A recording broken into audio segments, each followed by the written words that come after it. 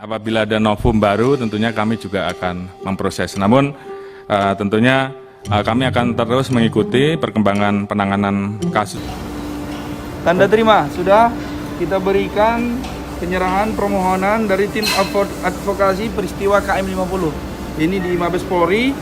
Ini tanggal 20 September 2022 di Mabes Polri. Mudah-mudahan Pak Kapolri sesuai dengan komitmennya akan memproses peristiwa KM 50. Karena apa? Karena novum-novum baru itu sudah banyak sekali dan itu sudah kita lampirkan. Terima kasih.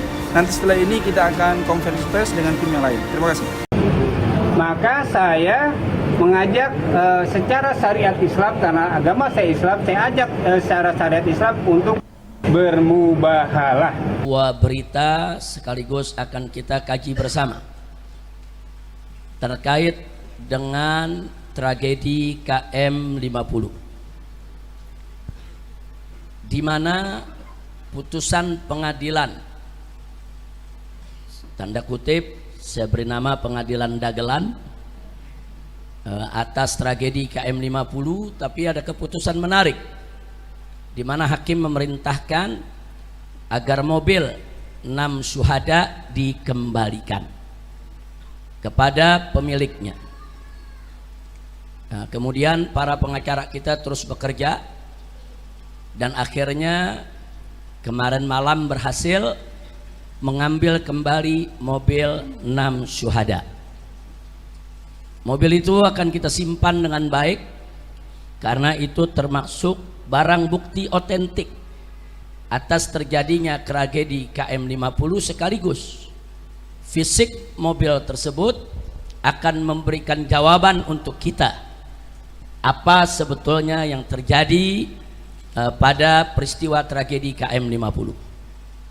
Sementara ini mobil tersebut kita letakkan ada di depan majelis ini. Ini mobil yang digunakan oleh 6 syuhada. Saudara, mobil ini akan kita simpan dengan baik karena ini barang bukti, tidak boleh kita hilangkan, tidak boleh kita musnahkan. Dan pemilik mobil ini pun sudah secara lisan sejak jauh-jauh hari menyatakan ini diberikan, yaitu untuk kepentingan perjuangan penegakan keadilan. Jadi yang punya mobil ini tidak meminta mobil ini untuk kembali. Nah, karena itu kita amankan terlebih dahulu, nanti kita akan tempatkan di satu tempat untuk terus kita simpan. Sampai kapan? Sampai digelarnya pengadilan HAM untuk menegakkan keadilan bagi para 6 syuhada insya Allah. Nah, di sini saya mau ingatkan firman Allah Subhanahu wa taala dalam Al-Qur'anul Karim, yaitu dalam surat Ibrahim ayat 42. A'udzu billahi minasyaitonir rajim. Bismillahirrahmanirrahim. Wala tahsabannallaha ghafilan amma ya'malu dhalimun. Amma ya'malu dhalimun. Innama yuakhiruhum liyaumin tashkhasu fihil absar. Sadaqallahul azim. Luar biasa ayat ini, saudara. Masya Allah, tabarakallah. Allah menyatakan walah tahsabannallah, jangan sekali-kali kamu mengira bahwa Allah itu ghafilan, lalai, amma ya'malu zalimun, dari apa yang dilakukan oleh orang-orang zalim. Jadi Allah menyatakan dengan tegas dalam ayat ini, jangan sekali-kali kamu mengira bahwa Allah itu lalai dari apa yang dilakukan oleh orang-orang zalim. Artinya apa? Artinya di sini penegasan Allah tidak lalai. Allah tidak lalai, Allah tidak diam, Allah tidak akan biarkan orang-orang zalim dengan segala kezalimannya, saudara. Selanjutnya Allah ingatkan, innama yuakhiruhum, sesungguhnya Allah tunda mereka. Jadi kezaliman mereka enggak langsung dibalas pada hari itu juga, saudara. Allah tunda pembalasan mereka, saudara. Sampai kapan? Liyaumin, yaitu untuk suatu hari nanti, tashkhasu fihil absar, di mana mata-mata manusia semua akan terbelalak. Maksudnya apa? Maksudnya di hari itu Allah buka segala kenyataan, fakta dan kebenarannya. Sampai nanti orang semua terbelalak, oh begitu zalimnya, oh begitu jahatnya, oh begitu bejatnya, oh begitu bobroknya, ditelanjangi oleh Allah Subhanahu wa taala. Ya, banyak ahli tafsir menafsirkan ayat ini berkaitan dengan pengadilan akhirat, pengadilan Allah di hari akhir nanti, saudara. Tapi jangan lupa, saudara, bahwa pembalasan Allah sering terjadi di dunia sebelum di akhirat. Nah, karena itu, saudara, nggak usah kaget kalau ada satu peristiwa kezaliman di hari itu Allah belum buka, tapi di hari-hari berikutnya Allah buka satu persatu, ya.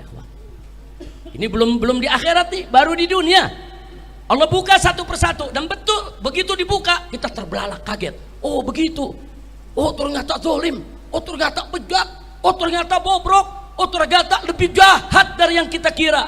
Subhanallah, sadaqallahul azim. Maha benar Allah dengan segala firman-Nya. Nah, maka itu di sini saya mau sampaikan, ya ikhwan, mobil 6 syuhada yang hari ini ada di hadapan kita semua, yang hari ini ada di tempat kita ini fisiknya, saudara, insya Allah akan kita simpan dengan baik sampai keadilan ditegakkan. Karena saat pengadilan HAM digelar nanti, mobil 6 syuhada ini menjadi bukti penting yang tak terbantahkan, insya Allah. Mobil 6 syuhada ini menjadi bukti penting tentang kebejatan dan kejahatan serta kesadisan geng KM50 yang dipimpin oleh seorang jenderal dan melibatkan Satgasus Polri, saudara. Nah, jadi ini sudah menjadi fakta dan sudah menjadi rahasia umum, semua orang tahu. Alhamdulillah. Nah, sekarang mari kita kaji, ya. Apa urgensi daripada fisik mobil 6 syuhada ini secara hukum? Kita bicara secara hukum. Mobil 6 syuhada ini secara hukum menjadi bukti otentik tentang adanya satu, adanya unlawful killing, yaitu pembunuhan di luar hukum atau pembunuhan tidak sah secara hukum yang dilakukan oleh aparat negara.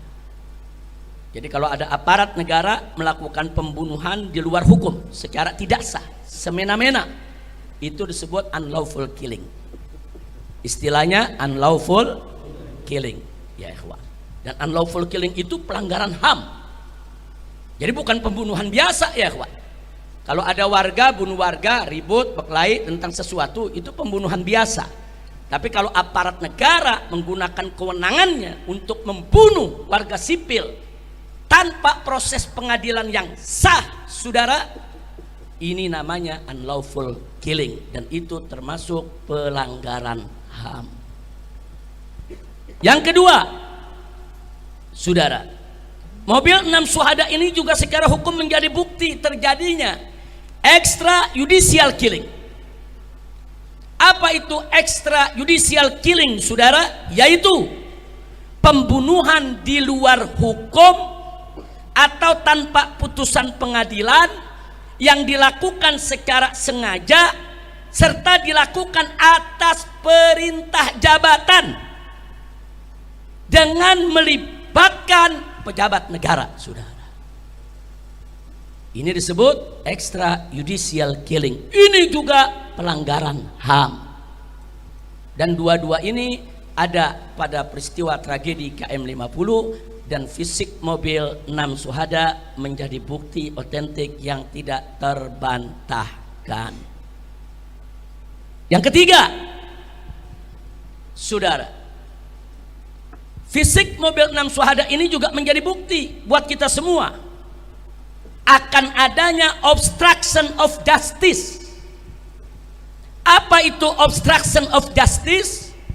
Obstruction of justice yaitu segala bentuk intervensi atau menghalangi sebuah proses hukum.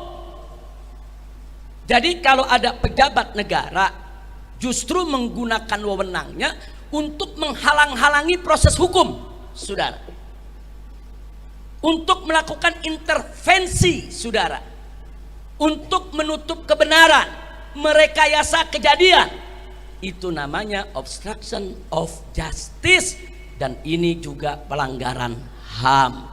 Seperti apa? Kalau dalam KM 50 obstruction of justice, saudara, contohnya seperti pembongkaran lokasi TKP. Dalam suatu peristiwa pembunuhan, saudara, nggak boleh TKP dihilangkan, nggak boleh TKP itu dimusnahkan, saudara. Dengan diratakannya TKP, di sana ada terjadi, saudara, pejabat negara yang menggunakan wewenang untuk menghilangkan barang bukti, termasuk penghilangan CCTV. Itu juga termasuk obstruction of justice. Jadi kalau ada pejabat negara dengan sengaja menghilangkan, melenyapkan, menyembunyikan, menghapus CCTV yang menjadi bukti atas terjadinya suatu kejahatan, itu adalah obstruction of justice, dan itu juga pelanggaran HAM. Seperti apa lagi? Seperti pemaksaan warga yang ketika itu hadir ikut merekam kejadian apa yang terjadi di KM 50, saudara, kemudian dipaksa untuk menghapus isi rekamannya. Itu juga merupakan, saudara, aparat menggunakan wewenang untuk menghilangkan barang bukti. Nah, kenapa harus dihapus? Karena rekaman warga itu dan CCTV itu menjadi bukti bahwa 6 laskar FPI, 6 pengawal kami saat di KM 50 6-nya masih hidup, bukan sudah mati, saudara. Nah, jadi bukti ini semua dihapus. Jangan sampai ada bukti kalau di KM 50 semua masih hidup, seolah-olah 6-6-nya mati dalam tembak menembak dengan petugas. Ini namanya membuat skenario untuk merekayasa kasus, saudara. Tapi gagal. Kenapa? Ternyata banyak warga memberikan kesaksian, saudara, dan itu direkam oleh Tempo, dibuat film bagaimana warga memberikan kesaksian bahwa 6 laskar FPI masih hidup. Hanya yang 2 terluka, digotong, sedangkan yang 4 masih sehat, segar, bugar. Nah, jadi mereka berusaha untuk menghilangkan bukti, ternyata Allah jaga, buktinya masih ada, ya. Nah, jadi sekali lagi, upaya menghilangkan bukti semacam ini termasuk obstruction of justice. Baik, sekarang kita lanjutkan yang keempat. Yang keempat adalah abuse of power. Apa itu abuse of power? Yaitu penyalahgunaan wewenang oleh aparat atau pejabat negara, mulai dari pengintaian dan penguntitan serta penyergapan tanpa izin pengadilan, sampai tindakan pembunuhan dan penghilangan barang bukti. Ini semua, saudara, mulai dari kita katakan unlawful killing, extrajudicial killing, obstruction of justice, ini semua merupakan bentuk daripada abuse of power, penyalahgunaan wewenang. Karena mereka menjadi pejabat negara, saudara, disumpah untuk apa? Untuk melindungi negara, melindungi rakyat, saudara, bukan untuk menculik, membunuh atau membantai mereka, saudara. Ini namanya abuse of power. Nah, sekarang yang kelima, perlu kita ketahui bahwa keempat pelanggaran tadi, baik itu yang pertama unlawful killing, maupun itu yang kedua extrajudicial killing, maupun yang ketiga obstruction of justice, maupun yang keempat abuse of power, saudara, maka ini semua merupakan pelanggaran HAM. Dan bukan sembarang pelanggaran HAM, pelanggaran HAM berat. Kenapa berat? Karena tadi ada 4 norma yang dilanggar yang telah menyebabkan 6 warga sipil tidak bersalah kehilangan nyawa. diperlakukan secara keji, biadab, melanggar hukum, sehingga mereka harus diseret ke pengadilan HAM seluruh geng KM50 yang terlibat di dalam pembantaian KM50. Nggak boleh dibawa ke pengadilan biasa, saudara. Makanya kami akan berjuang, kepala jadi kaki, kaki jadi kepala. Peristiwa tersebut harus dibawa ke pengadilan HAM. Tidak berhasil di rezim ini akan berganti insya Allah. Mudah-mudahan kita dapat rezim yang baik, rezim yang akan menegakkan hukum, rezim yang akan memberikan keadilan kepada rakyat. Amin ya rabbal alamin. Tidak dapat kita keadilan di dalam negeri, jangan putus asa. Masih bisa kita angkat ke forum-forum luar negeri, saudara. Tidak juga bisa diangkat ke luar negeri, jangan putus asa. Sampai jumpa di pengadilan akhirat. Allah tidak lalai. Allah tidak lalai. Jadi jelas tadi Allah firmankan apa dalam Al-Qur'anul Karim? Tegas Allah nyatakan, wala tahsabannallaha ghafilan amma ya'malu zalimun. Jangan kamu kira Allah lalai dari apa-apa yang dilakukan oleh orang-orang zalim. Enggak ya kawan, Allah enggak lalai. Allah enggak lalai. Tapi bagaimana cara Allah membuka mereka sungguh indah. Allah buka satu persatu tanpa kita kira ya kawan. Allah buka satu persatu tanpa kita duga. Bahkan Allah buka satu persatu yang kita sendiri nggak pernah tahu kalau yang bersangkutan pernah terlibat, saudara. Subhanallah. Allah buka dengan satu peristiwa pelanggaran HAM yang lain, yaitu peristiwa Satgasus, saudara, yang mana terjadi yang kita kenal dengan kasus Sambo, saudara. Allah buka semua. Allah buka satu persatu. Siapa yang bisa buka itu kalau bukan Allah ya kawan? Alhamdulillah. Itu bukti kalau Allah tidak diam. Allah tidak lalai. Allah tidak akan biarkan orang-orang zalim itu, saudara, tertawa riang dengan kezalimannya. Nah, jadi kita tunggu saja. Sebentar lagi insya Allah dengan kekuatan doa Anda semua, Allah akan buka habis-habisan itu di dunia sebelum di akhirat. Tentu di akhirat siksa yang Allah siapkan jauh lebih pedih lagi, saudara. Amin ya rabbal alamin. Nah sekarang baik, yang berikutnya yang ingin saya garis bawahi, ada skenario palsu dan gagal terkait KM50. Skenario palsu dan gagal. Skenario yang mana? Yang disampaikan dalam siaran pers KM50 di Polda Metro Jaya, saudara, yaitu pada siang hari kejadian di pagi hari, siang hari ada siaran pers, saudara. Di sana dikatakan bahwa semua mobil berisi 10 laskar FPI setelah pepet-pepetan di jalan turun dari mobil lalu serang petugas dengan aneka senjata tajam dan aneka senjata api, sehingga petugas terpaksa bela diri dengan menembak mati 6 laskar FPI, sedang yang 4 melarikan diri.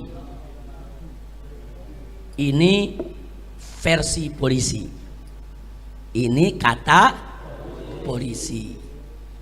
Kapan bicara begitu? Ya di siaran pers, kan di YouTube tersebar ya kawan. Silakan aja kita setel lagi, kita buka. Bukan fitnah, bukan hoax, bukan berita bohong, bukan. Silakan, ada semua saudara. Jadi skenarionya, jadi mobil FPI ini pepet-pepetan dengan mobil petugas, kemudian berhenti, ada 10 orang turun pakai senjata menyerang petugas. Nah, karena petugas mau diserang, maka petugas kan boleh bela diri. Maka petugas langsung keluarkan senjata, menembak mati 6 laskar dan yang 4 melarikan diri. Kata polisi. Kira-kira jelas ya? Nah, ternyata siaran pers tersebut, saudara, bohong. Sebar hoax, sebar fitnah. Kenapa? Satu, sebab bahwa mobil 6 syuhada yang ada depan kita saat ini, saudara, berisi hanya 6 orang laskar, bukan 10 orang laskar. Jadi hanya berisi supir dengan satu orang di sampingnya, duduk 2 laskar di tengah, dan duduk 2 laskar lagi di belakang. Jadi dari sini saja sudah kelihatan bohongnya. Nah, dari mana kami tahu isi daripada mobil tersebut? Karena sebelum kami berangkat, Panglima Laskar memeriksa semua mobil. Di mobil pertama siapa isinya, di mobil kedua siapa isinya, di mobil ketiga siapa isinya.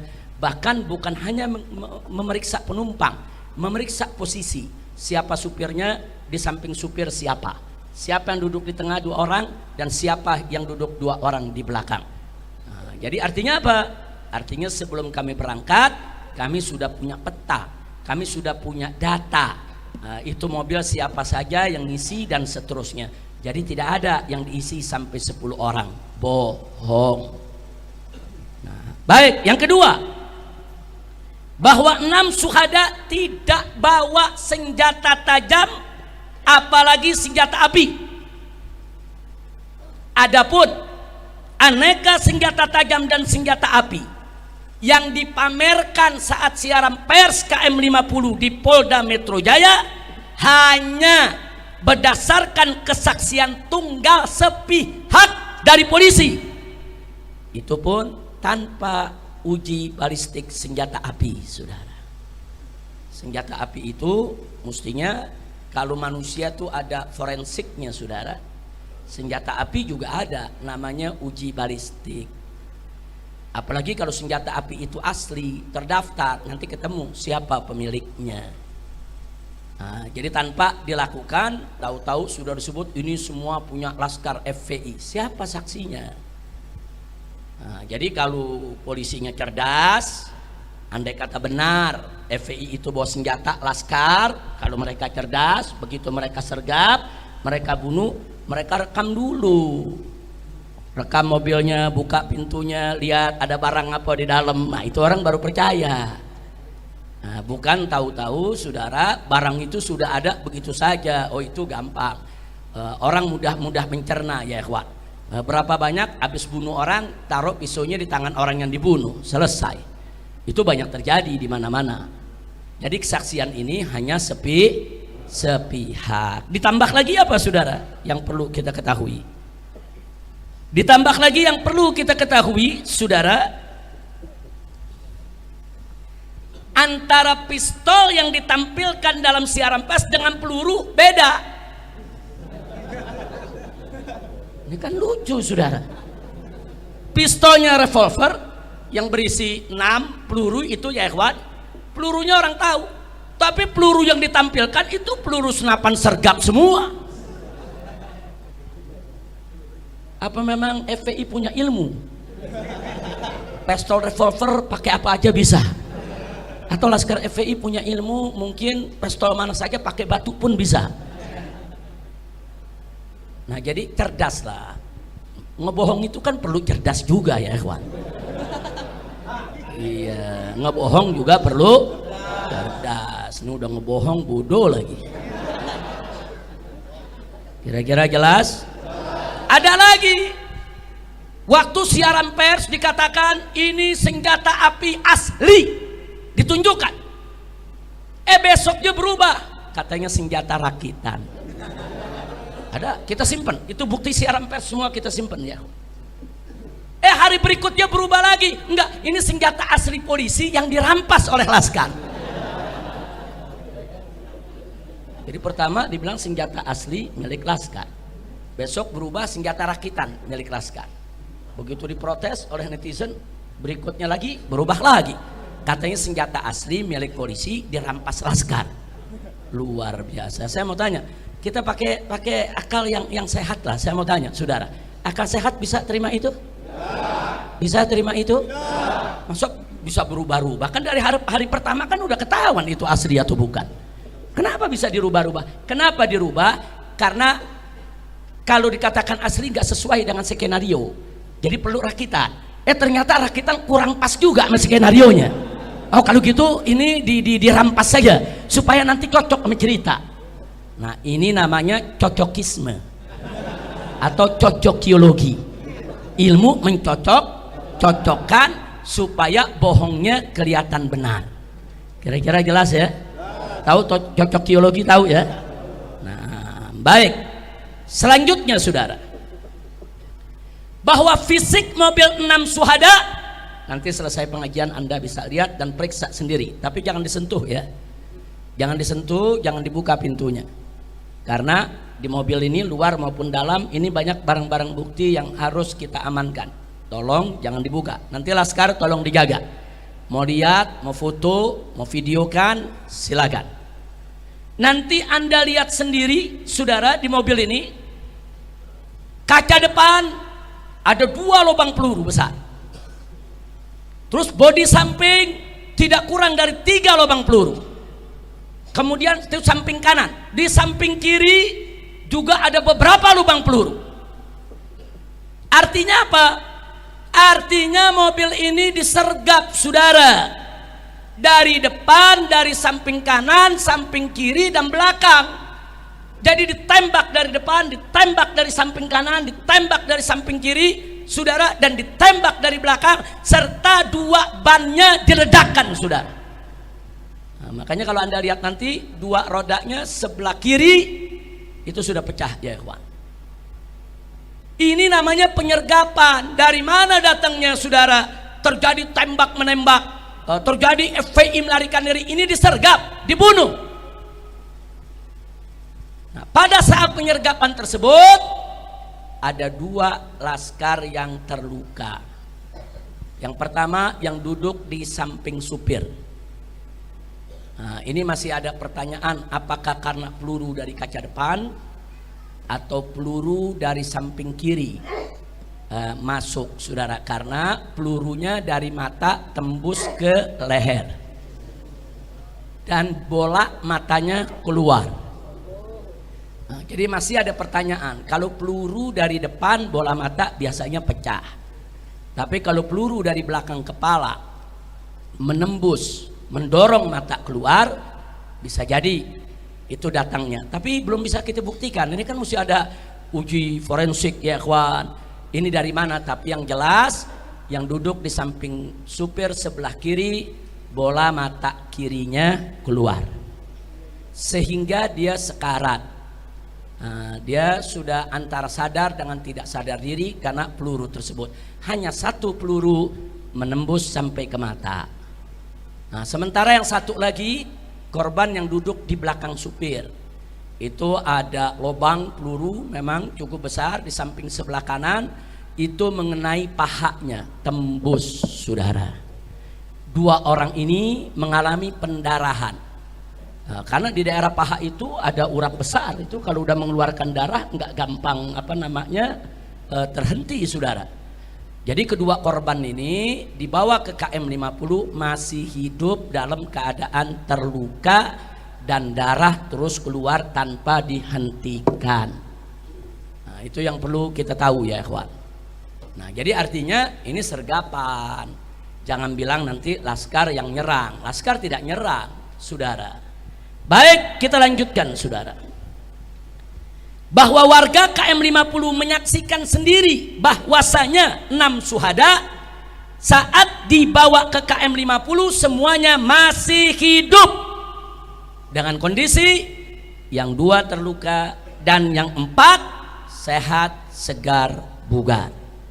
Jadi yang 4 diturunkan dari mobil, disuruh tiarap di aspal. Yang 1 saudara yang sekarat duduk di samping supir itu tidak diturunkan dulu. Begitu juga yang kena pahanya itu tidak diturunkan dulu. Hanya 4 dulu yang diturunkan. Nah, mereka sedang apa? Menunggu datangnya mobil Land Cruiser hitam sebagai komandan mereka. Jadi mereka menunggu beberapa waktu. Ada yang bilang 15 menit, ada yang bilang 20 menit, ada yang bilang 30 menit. Artinya 2 orang yang luka di mobil selama waktu tersebut terus mengeluarkan darah tanpa dihentikan. Mestinya SOP polisi itu kalau habis tembak seseorang sudah dilumpuhkan harus dibawa ke rumah sakit, bukan dibiarkan darahnya mengalir sampai meninggal dunia. Itu SOP ya Pak. Ini artinya sekian waktu dibiarkan di mobil dibiarkan di mobil sampai Land Cruiser hitam itu datang, turun, kemudian kumpul, kata warga mereka berselaman begini seperti kayak orang lagi bertanding voli itu. Nah, kemudian mereka bersorak seolah-olah mereka senang sudah menang ya ikhwan. Nah, dari situ si komandan memberikan arahan, baru yang di mobil 2 digotong dipindahkan ke mobil lain, dan yang 4 juga dimasukkan ke mobil yang lain, saudara. Artinya garis bawahi, 6-6-nya masih hidup saat ada di KM 50, saudara. Baik, kita lanjutkan, saudara. Nah, jadi jangan bilang Laskar melakukan perlawanan, ada tembak menembak sampai ada yang mati, 6 orang, 4 lari, bohong. Baik, saya lanjutkan, saudara. Bahwa skenario siaran pers KM 50 yang digelar di Polda Metro Jaya berbeda dengan skenario rekonstruksi. Nah, ternyata begitu direkonstruksi nggak sesuai dengan isi siaran pers. Dan berbeda juga dengan skenario sidang. Waktu sidang dagelan lain lagi ceritanya, saudara. Polisi yang dijadikan saksi. Nah, di mana menurut sidang, saudara, menurut polisi pelaku katanya di sidang, saudara, bahwa 2 laskar FPI yang terluka meninggal saat dilarikan rumah sakit akibat kehabisan darah. Itu katanya. Katanya. Kemudian sedang 4 laskar FPI lainnya mati ditembak oleh petugas karena melakukan perlawanan di dalam mobil petugas, sehingga terpaksa 4-4-nya ditembak mati. Nah, ini menarik, ini skenario nih. Dari skenario saudara yang disampaikan tadi dalam siaran pers sampai skenario terakhir. Nah, mari kita kaji masing-masing skenario. Yang pertama saya sebut skenario aneh. Nah, anehnya di mana? Mari kita lihat, saudara. 2 laskar terluka, yang satu tertembak di mata, sedang yang satunya lagi tertembak di paha. Ini yang 2 nih yang meninggal dunia, yang katanya kehabisan darah, saudara. Tapi anehnya saat kita memeriksa jenazahnya, kan jenazahnya dibawa ke Petamburan, kan jenazahnya dimandikan di sini, saudara. Ternyata 2 yang luka tadi, yang matanya keluar dengan yang pahanya tertembak mengeluarkan banyak darah, ternyata juga mengalami luka tembak yang sama. 2 tembakan lagi, 1 tembakan dekat jantung dan 1 tembakan di paru-paru, saudara. Dari mana ini peluru? Katanya mati kehabisan darah. Kalau betul dia luka kemudian dibawa ke rumah sakit mati kehabisan darah, nggak ada lagi dong peluru di jantung, nggak ada lagi dong peluru di paru-paru. Ini peluru di jantung dan di paru-paru dari mana datangnya? Datangnya setelah KM 50. Berarti ada apa? Berarti dia masih hidup, dihabisi. Kira-kira jelas gak? Kalau nggak ada luka lagi mungkin benar kehabisan darah. Kalau tidak ada luka yang lain bisa jadi dia kehabisan darah, dia meninggal. Tapi meninggal kehabisan darah pun bukan berarti polisi benar, enggak dong. SOP-nya masa orang lagi luka berdarah dibiarkan. Andai kata pun kehabisan darah tetap salah. Nah, ini ternyata bukan karena kehabisan darah. Seluruh syuhada yang 6 semuanya punya luka tembak di jantung dan punya luka tembak di paru, ya kawan. Semuanya 6-6-nya. Dan luka itu hampir mirip, berdekatan. Semuanya tuh dekat jantung, ya kawan. Semua. Dan semuanya ada di paru, ya kawan. Berdekatan. Kok bisa sama? Nah, jadi sekali lagi di sini jadi aneh kalau dibilang 2 laskar itu mati karena kehabisan darah. Enggak sekalian bilang 2 laskar itu mati karena kehilangan nyawa. Kan ngebohongnya lebih enak. Ngebohong tapi bener gitu. Ngebohong tapi Benar ya, 2 laskar itu kami umumkan meninggal karena nyawanya dicabut oleh malaikat. Sekalian aja bikin laporan begitu. Kan kita mencari penyebab kenapa meninggal dunia. Oh, karena darahnya keluar. Betul. Kenapa darahnya keluar? Karena ada luka tembak. Betul. Kalau biasanya kalau tahanan atau tangkapan ditembak keluar darah, langsung dibiarkan atau dibawa ke rumah sakit? Bawa ke rumah sakit dong. Kenapa dibiarkan sampai meninggal kehabisan darah? Itu satu. Kedua, kalau memang benar kehabisan darah, kenapa ada tambahan luka di jantung dan di paru? Dari mana itu tembakan datangnya? Nah, kira-kira jelas tidak? Jelas ya? Baik.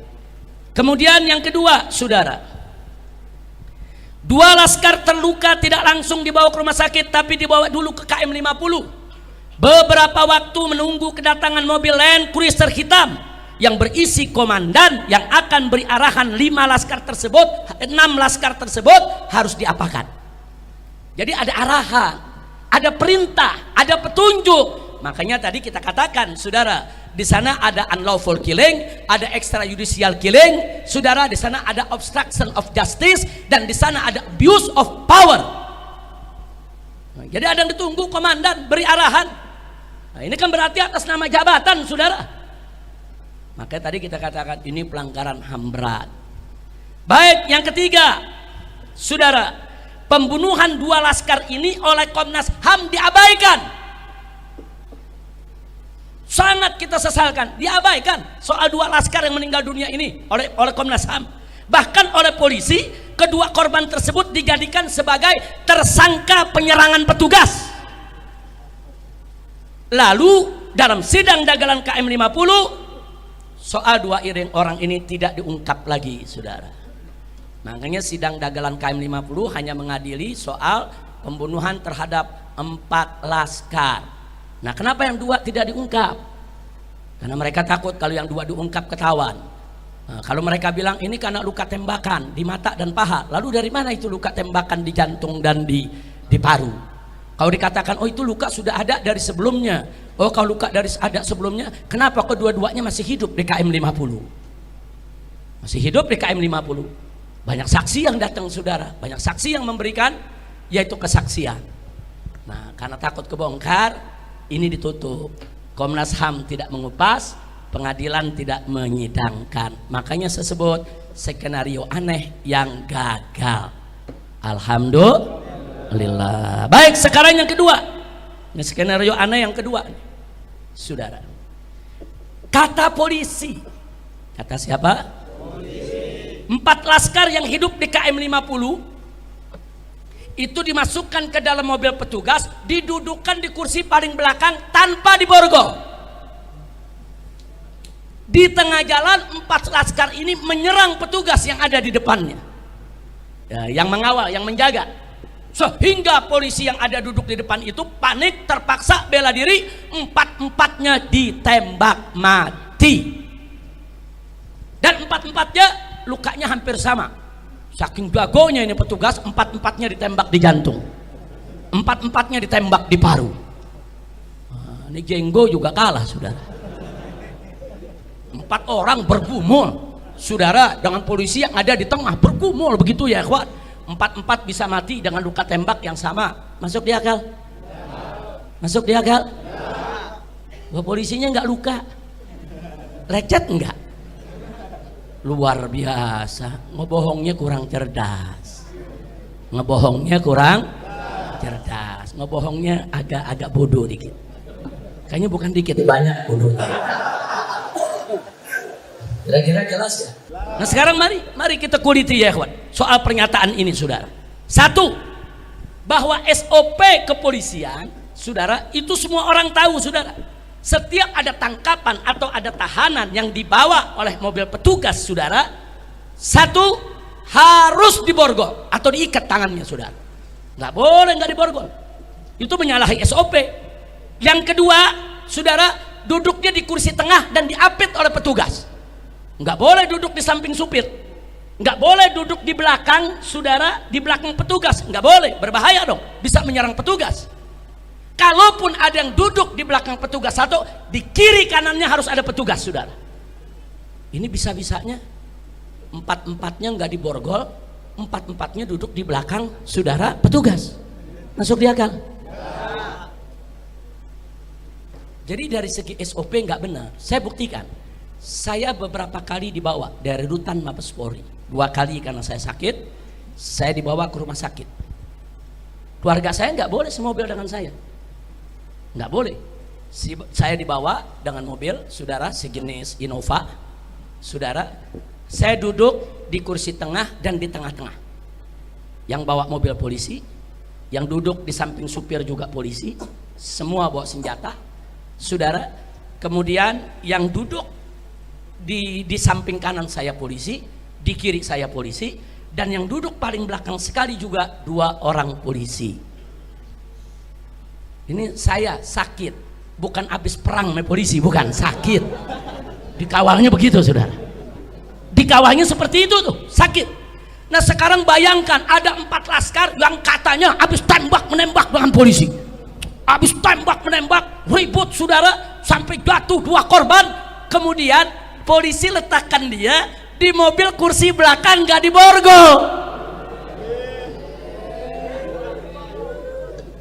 Ada yang percaya?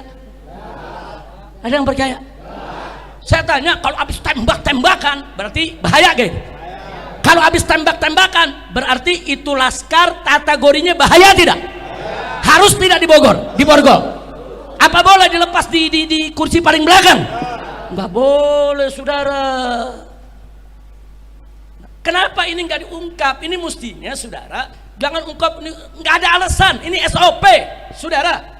Kalau mereka katakan, oh kami kekurangan mobil, kami kekurangan petugas, panggil petugas lain, datang bawa borgol, datang bawa mobil tahanan, saudara. SOP. Yang sakit bawa ke rumah sakit, yang luka bawa ke rumah sakit untuk diobati.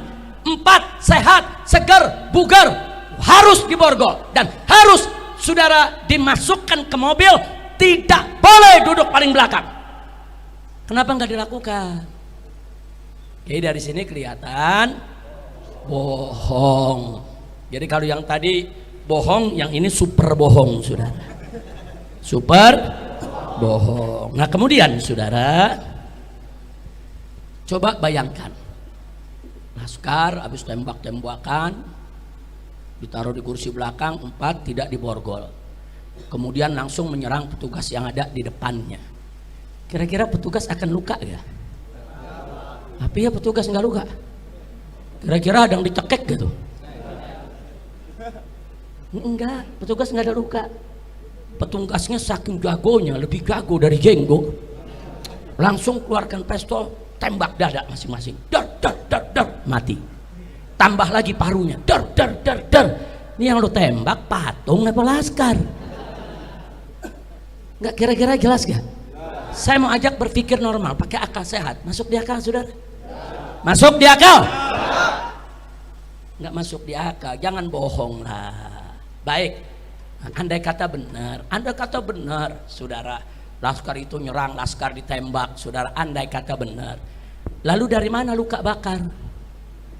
Apa di mobil dibakar juga untuk bela diri? Ada luka bakar kok.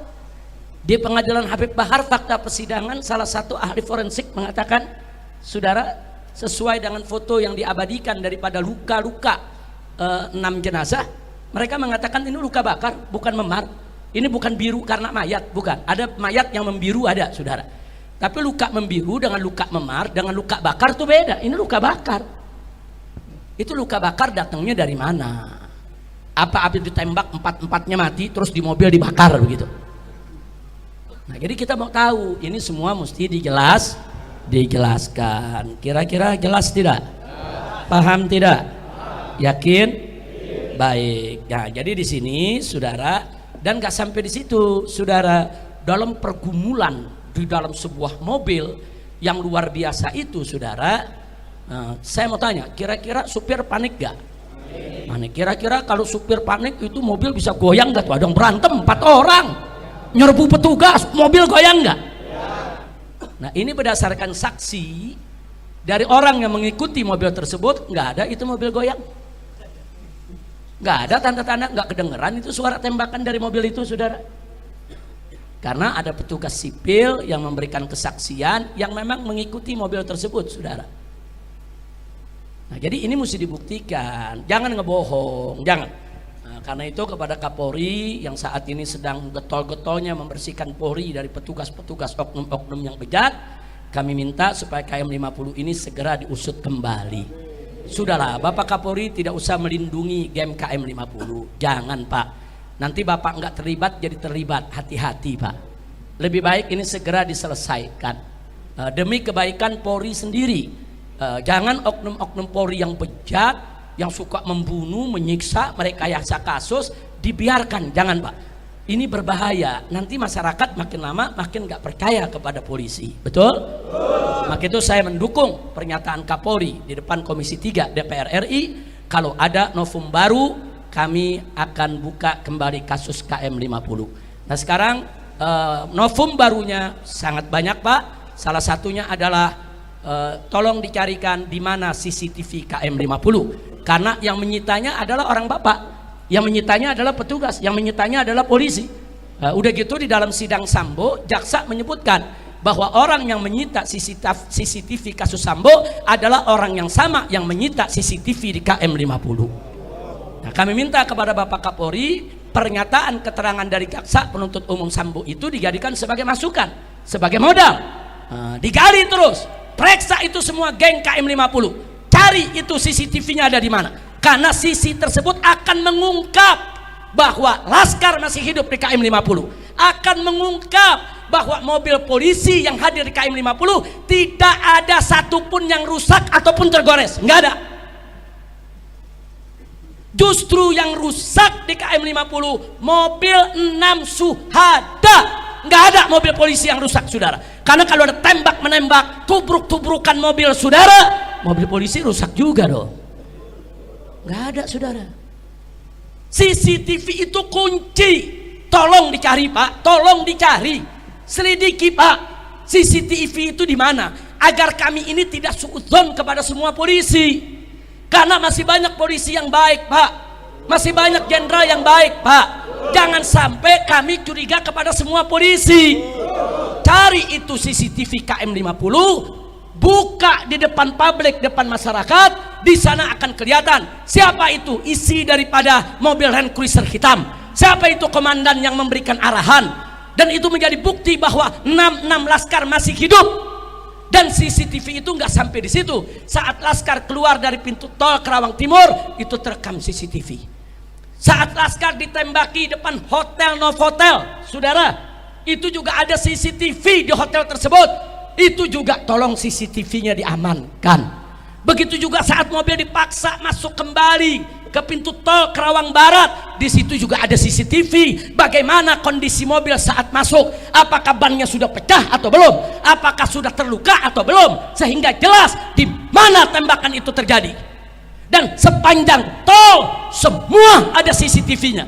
Dan di CCTV itu terlihat siapa saja petugas saudara yang hadir di KM 50. CCTV itu nggak boleh dihilangkan.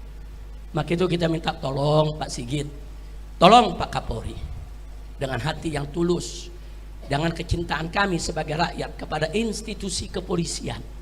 Karena nggak mungkin kita hidup tanpa polisi, nggak mungkin saudara. Berbahaya sekali Indonesia hidup tanpa polisi, tapi hidup dengan polisi bejat lebih berbahaya saudara.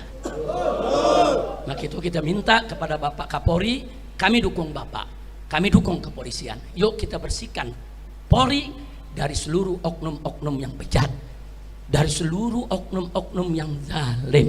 Nah, kami tidak mau menuduh Pak. Baik, kita nggak usah nuduh Pak. Ayo kita keluarkan aja CCTV-nya. Nanti kan ketahuan Pak, siapa yang terlibat di situ. Siapa itu yang ada di Land Cruiser hitam. Berapa sih Land Cruiser hitam itu nomor seri polisinya? Ada kok di CCTV Pak. Ada, semua mobil kelihatan Pak. Apa betul ada mobil petugas yang diserang sama Laskar, katanya dihancurkan dengan pedang, saudara? Kemudian dia punya bodinya disabet-sabet dengan parang. Apa betul? Nanti di CCTV kelihatan Pak. Mobil yang mana itu yang disabet oleh Laskar? Kenapa CCTV tersebut harus disembunyikan? Nah, jadi kalau kita mau bicara novum baru, itulah adalah novum baru. Dan saudara, sekali lagi pernyataan jaksa bahwa saudara, tim yang urus CCTV Sambo adalah tim yang sama yang mengurus CCTV KM50. Saya tidak bikin hoax, saya tidak bikin bohong, saya menyampaikan apa yang disampaikan oleh jaksa dalam forum resmi persidangan Sambo, dalam dakwaan resmi yang disampaikan di depan pengadilan negeri, saudara. Nah, kira-kira jelas tidak? Paham semua? Nah, baik. Akhirnya setelah kita uraikan itu semua, saudara, jadi tadi sekali lagi ulangi. Jadi saya katakan kenapa itu super bohong soal 4 laskar itu bergumul di dalam mobil. Satu, bahwa itu tidak sesuai dengan SOP polisi, nggak sesuai. Jadi kalau ikuti SOP mestinya diborgol, ditaruhnya di tengah, diapit oleh polisi. Saya ngalami kok. Saya berapa kali, saudara, dibawa dengan mobil tahanan, mobil polisi. Waktu saya dipindah dari Polda Metro Jaya ke Rutan Mabes Polri. Nah, saya dibawa, saudara, oleh Brimob, oleh Densus, saudara. Saya harus duduk di tengah, kanan kiri saya lengkap dengan senjata, di depan saya lengkap dengan senjata, di belakang saya lengkap dengan senjata, saudara. Ini saya yang dikeluarkan yang tidak ada kejadian tembak menembak, apalagi laskar yang katanya ada tembak menembak. Berarti tahanan berbahaya dong. Kalau tahanan berbahaya ya borgol dong. Nah, bukan hanya diborgol, letakkan di tengah, diapit dong. Kalau nanti dia membunuh orang bagaimana? Kalau di tengah jalan lari bagaimana? Nah, jadi saya bandingkan dengan diri saya sendiri. Saya sendiri juga diperlakukan diapit kok. Enggak boleh. Saya waktu dibawa dari Rutan Salemba ke ke Lapas Cipinang, dikawal begitu, saudara. Waktu saya dibawa ke rumah sakit dikawal. Waktu saya mau dilepas dibawa dulu ke Bapas, dikawal seperti itu kok. Itu SOP-nya. Nah, walaupun mereka Habib, maaf ini Habib ya, keluarga Habib nggak boleh duduk di sini. Ini semua petugas, Habib duduk di tengah ya. Walaupun mereka sopan, mereka minta maaf Habib ya. Ini SOP-nya. Oh ya Pak, silakan Pak. Silakan. Kalau saya mau diborgol, saya mau duduk di tengah nggak apa-apa. Silakan Anda jalankan SOP Anda. Waktu saya dipindah dari Rutan Polda Metro berangkat ke Rutan Mabes Polri, tangan saya diikat kok. Padahal yang awal puluhan, saudara. Yang awal puluhan tetap diikat, saudara, karena itu SOP. Saya ikuti, ayo SOP. Walaupun koruptor banyak yang nggak diborgol. Ya tapi SOP saya ikutin, koruptor nggak mengikutin, saya nggak mau ikutin koruptor. Kira-kira jelas gak? Jadi ini yang perlu diselesaikan. Nah kemudian yang berikutnya, yang kedua, bahwa 4 laskar FPI yang dibunuh punya luka tembak yang hampir sama, yaitu dekat jantung dan paru.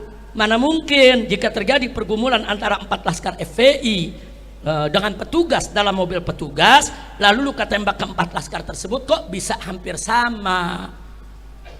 Hampir sama, ada luka tembak di dekat jantung sama di paru, semua 6 jenazah sama, saudara. Nah kemudian yang ketiga, bahwa di sebagian tubuh 6 laskar FPI ada luka memar dan luka bakar. Apa luka itu juga dilakukan terpaksa oleh petugas untuk bela diri di dalam mobil? Apa betul luka-luka itu menunjukkan ada penyiksaan? Luka tadi merupakan indikasi ada penyiksaan, saudara. Nah kita mau tahu, saudara, ya mereka ini disiksanya kapan? Sebelum melawan, saat melawan, atau disiksanya setelah jadi mayat? Nah, mesti dijelasin dong. Nah jadi jangan ada kebohongan. Mudah-mudahan kita doakan agar Kapolri kita tidak melindungi oknum bejat di Polri. Kita doakan agar Mabes Polri tidak lagi memberikan perlindungan kepada geng KM50. Kita minta supaya KM50 diungkit kembali, diusut kembali, dan kita minta kepada Bapak Kapolri untuk membentuk tim khusus mencari CCTV KM50, karena itu merupakan kotak Pandora, saudara. Begitu itu dibuka, semua jelas. Apa betul laskar melawan? Apa betul laskar bawa senjata? Apa betul laskar menyerang mobil aparat? Atau sebaliknya, semua akan terungkap begitu CCTV tersebut dibuka. Dan Komnas HAM sendiri dalam laporannya menyatakan bahwa CCTV KM50 disita oleh polisi dan tidak diberikan ke Komnas HAM, saudara. Nah sementara jaksa di pengadilan Sambo juga mengatakan tim yang menyita daripada CCTV KM50 sama dengan tim yang menyita CCTV kasus Sambo. Artinya apa? Benang merahnya jelas, petunjuknya jelas, indikasinya jelas. Ya tinggal Bapak Kapolri membentuk tim untuk mengusut sampai tuntas melalui CCTV tersebut. Insya Allah kalau ini dilakukan oleh kepolisian, kepercayaan masyarakat terhadap polisi akan bangkit kembali. Betul? Betul? Saya mau tanya, kalau polisinya baik, menegakkan hukum, bertanggung jawab, dukung tidak? Dukung tidak? Dukung Polri tidak? Takbir. Tapi kalau Polrinya melindungi oknum-oknum bejat yang terlibat narkoba, yang terlibat judi, yang terlibat pembunuhan, penyiksaan, saya mau tanya, suka atau tidak? Suka atau tidak? Senang atau benci? Percaya atau tidak dengan Polri? Takbir.